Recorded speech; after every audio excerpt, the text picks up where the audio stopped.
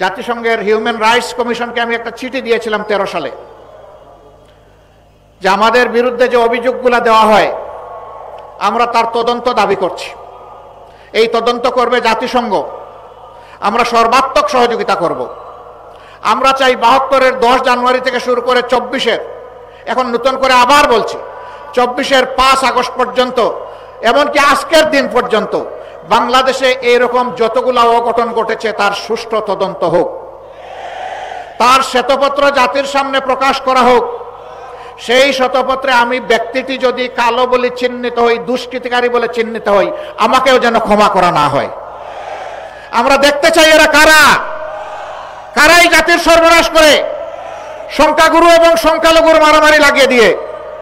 সম্মানিত ভাইয়েরা, এবারকার এই পরিবর্তন বিপ্লব গণ অভ্যুত্থানের পরে 4 দিন বাংলাদেশে কোনো সরকার ছিল না, পুলিশ ফাংশন করে নাই, বিজিবি ঘর থেকে বের হয় নাই, আর্মিরা শুধুমাত্র গাড়ির উপরে তারা মহড়া দিয়েছে। কিন্তু আল্লাহ শুকরিয়া, বাংলাদেশে এই 4 দিন বড় কোনো অঘটন ঘটে নাই। কারণ এই দেশের মানুষ দেশকে ভালোবাসে, মানুষকে ভালোবাসে। এই জন্য এই দেশের প্রত্যেকটা মানুষ ছিল এই 4 দিন সরকার। তারা সরকারের দায়িত্ব সবাই পালন করেছে যার যার জায়গা থেকে। জামাতে ইসলামী, অন্যান্য ইসলামী দল, মাদ্রাসার ছাত্র, অন্যান্য দেশপ্রেমিক দল সেই 4 দিন সমস্ত মন্দির, মঠ, প্যাগোডা, চার্চ সবগুলো পাহারা দিয়েছে যাতে কোনো জায়গায় কোনো অঘটন না ঘটে।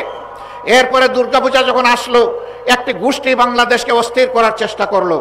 আমরা আমাদের হিন্দু ধর্মের ভাইদেরকে আশ্বস্ত করে বললাম, পূজা আপনারা নির্বিঘ্নে করবেন, আপনাদের পাশে থেকে আমরা পাহারাদারি করব। তারা তাদের পূজা করেছেন, আমরা নিরাপত্তা যতটুকু পারি তাদের পাশে থেকে করেছি। আবার যে জায়গাটায় তারা প্রয়োজন মনে করেন নাই ওখানে আমরা যাই নাই, যেখানে তারা প্রয়োজন মনে করেছেন আমরা সেখানে গিয়েছি, প্রশাসনকে সহযোগিতা করেছি। তবে আমরা চাই না নির্দিষ্ট কোনো ধর্মাবলম্বীদের তার একটা উৎসব আসবে,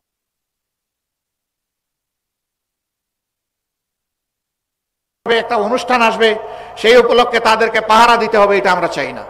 যদি বাংলাদেশে মসজিদ পাহারা দেওয়ার দরকার না হয়, মন্দিরও পাহারা দেওয়ার দরকার হবে না। আমরা সেই সামাজিক নিরাপত্তা বলয় দেখতে চাই। আমার সম্মানিত ভাইয়েরা, মুক্তিযুদ্ধের পক্ষের বিপক্ষের অনেক আওয়াজ, গুঞ্জরণ, অনেক বিভক্তির কথা, অনেক বিষ ছড়ানো কথা আমরা শুনেছি। আমি প্রশ্ন করতে চাই, যারা এই চেতনার কথা বলেন, সর্বশেষ ঘটনা এবারকার মহান বিজয় দিবসে ভারতের প্রধানমন্ত্রী এইটাকে ভারতের বিজয় দিবস দাবি করে টুইট করেছেন এবং তিনি তার দেশের সৈনিকদেরকে, দেশবাসীকে তিনি অভিনন্দন জানিয়েছেন। একটা শব্দ তিনি বাংলাদেশ নামে উচ্চারণ করেননি। আপনাদের চেতনা কোথায় ছিল? এই বিজয় কি বাংলাদেশের না ভারতের? আপনারা বলুন, এই বিজয় বাংলাদেশের না ভারতের? বাংলাদেশের যদি বিজয় হয়ে থাকে আর ভারতের প্রধানমন্ত্রী যদি এই বিজয় তাদের বলে দাবি করে, আপনারা চুপ কেন? আপনাদের চেতনা কোথায় যায় তখন? সীমান্তে যখন ফেলানির লাশ ঝুলে থাকে, আপনাদের চেতনা তখন কোথায় থাকে? দিনের পর দিন যখন নিরীহ মানুষকে বর্ডারে হত্যা করা হয়, তখন আপনাদের মুখ দিয়ে আওয়াজ বের হয় না। বরঞ্চ আপনাদের এক সময় পররাষ্ট্রমন্ত্রী বলেছিল, সীমান্তে যারা বাংলাদেশি মারা যায় তারা দুষ্কৃতিকারী। লজ্জা, জাতীয় লজ্জা। আপনারা এই দেশের মন্ত্রী হয়ে ভিন্ন দেশের গান গান, কারণ আপনাদের মাথা অন্য জায়গায় আপনারা বন্ধক রেখেছেন।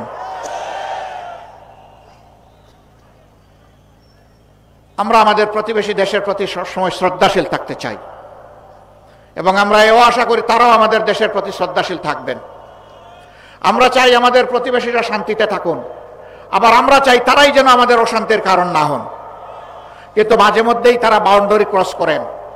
বাংলাদেশের মসনদে কে বসবে, কে কার সাথে জোট বাঁধবে, কে সরকার গঠন করবে, তারা বাংলাদেশে এসে তরকারিতে লবণ দেন। আমরা আগামীতে আমাদের তরকারিতে আর কাউকে লবণ দিতে দেখতে চাই না। আমাদের তরকারি আমরা পাকাবো, বাংলাদেশের মানুষ ঠিক করবে এখানে কে ক্ষমতায় আসবে আর কে ক্ষমতায় আসবে না। সম্মানিত ভাইরা, 3টা নির্বাচন গেল, তাদের কার্যকালে, তাদের মেয়াদকালে গায়ের জুড়ে যেভাবেই হোক ক্ষমতায় ছিল, সেই সময়টা এদেশের আপামর জনগণ ভোট দিতে পারেনি। বিশেষ করে এখন যাদের বয়স 26 বছর হয়েছে, তারা 3টি নির্বাচনে একটা ভোট দেওয়ার সুযোগ পায়নি। কেন? যুব সমাজকে বাদ দিয়ে আমার দেশ চলবে? এদেশের উন্নয়ন অগ্রগতি হবে? কখনো না। শেষ পর্যন্ত যুব সমাজের সমস্ত অধিকারও কেড়ে নেওয়া হলো। ছাত্রদের হাতে সার্টিফিকেট ধরিয়ে দেওয়া হয়, কিন্তু চাকরি এবং কাজ তাদের কপালে জুটে না। কোটার চক্রান্তে বন্দী করে তাদের কপাল কিসমত হাইজ্যাক করে নিয়ে যাওয়া হলো। তারা এর জন্য রাস্তায় নামলো অধিকার আদায়ের জন্য। ছোট্ট একটি দাবি, সেই দাবিটাকেও পুরানা কায়দায় হেলমেট এবং মুগর দিয়ে দমন করার চেষ্টা করা হলো, গুলি চালানো হলো। শেষ দিন পর্যন্ত মানুষের বুকে গুলি চালানো হলো। কম বেশি 2000-এর মতো বুকের দন কেড়ে নেওয়া হলো।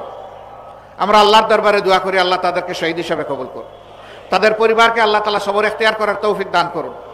34,000 ছেলে মেয়েকে কঠিন ভাবে আক্রমণ করে আহত করে তাদেরকে পঙ্গু করে দেওয়া হয়েছে। 500-র অধিক দুই চোখে দেখে না, 750-র অধিক এক চোখ হারিয়েছে। এই 500-র বাইরে এরা কত হাজার পা হারিয়েছে, হাত হারিয়েছে, আল্লাহ ভালো জানেন। সেই হিসাব আমরা এখনো করতে পারিনি। নির্মম ভাবে তাদের উপর আক্রোশ মেটানো হয়েছে। তারা তো ক্ষমতার প্রতিদ্বন্দ্বী হয়ে রাস্তায় নামেনি, তারা একটা অধিকার চেয়েছিল। কিন্তু শেষ পর্যন্ত আল্লাহর ইচ্ছা, তাদের একটি অধিকারের সাথে জনগণের সমস্ত অধিকারের জন্য তারা লড়াই শুরু করলো, এবং সেই লড়াইয়ে আল্লাহ তাআলার সাহায্য নেমে আসলো। আল্লাহ তাআলা বাংলাদেশের জনগণকে উপহার দিলেন শান্তি এবং স্বাধীনতা, যার কারণে আজকে আমরা কথা বলতে পারছি।